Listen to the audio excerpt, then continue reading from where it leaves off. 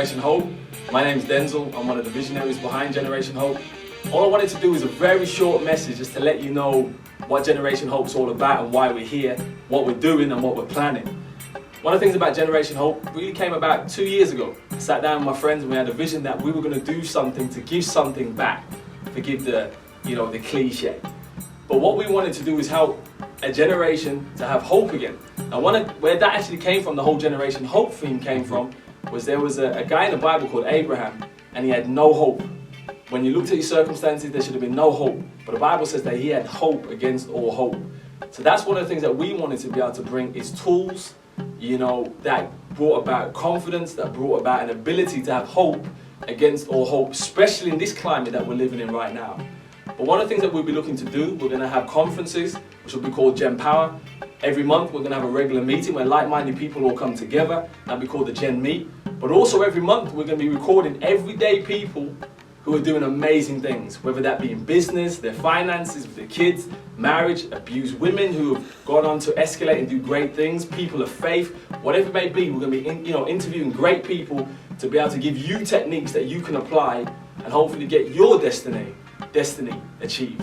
So one of the things that at the end of this message I want to show you, there's a video called Plato the Cave, and that will really sum up what we're trying to also do with Generation Hope, is bring a lot of people out of darkness into the light so they know how to get that hope against all hope. So the strapline for the business that we want to leave you with is God's gift to us is life. What we do with that life is our gift back to God. Imagine prisoners that have spent their entire lives chained deep inside a cave. They have been chained so that they cannot see behind themselves, and they are forced to stare endlessly at the cave wall in front of them. Behind them a fire is burning, and between the prisoners and the fire is a raised walkway. Now imagine that each day a menagerie of objects crosses the walkway. Animals and people carrying their wares to market.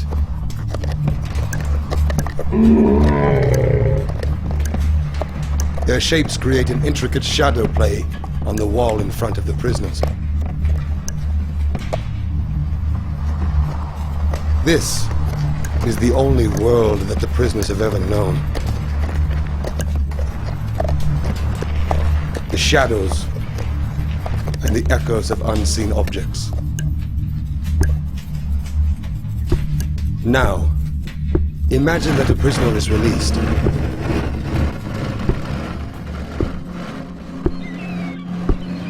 After some time adjusting to the blinding light, the freed prisoner will begin to experience the world outside of the cave for the very first time. And it is like nothing he could have ever imagined.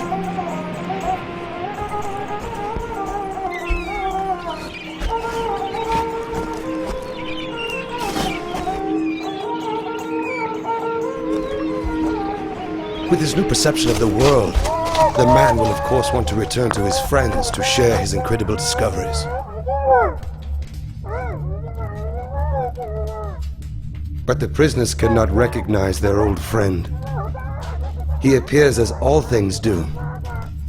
His voice is a distorted echo, and his body is a grotesque shadow. They cannot understand his fantastic stories of the world outside of the cave. To them, it will never exist. This, of course, does not make the world outside of the cave any less real.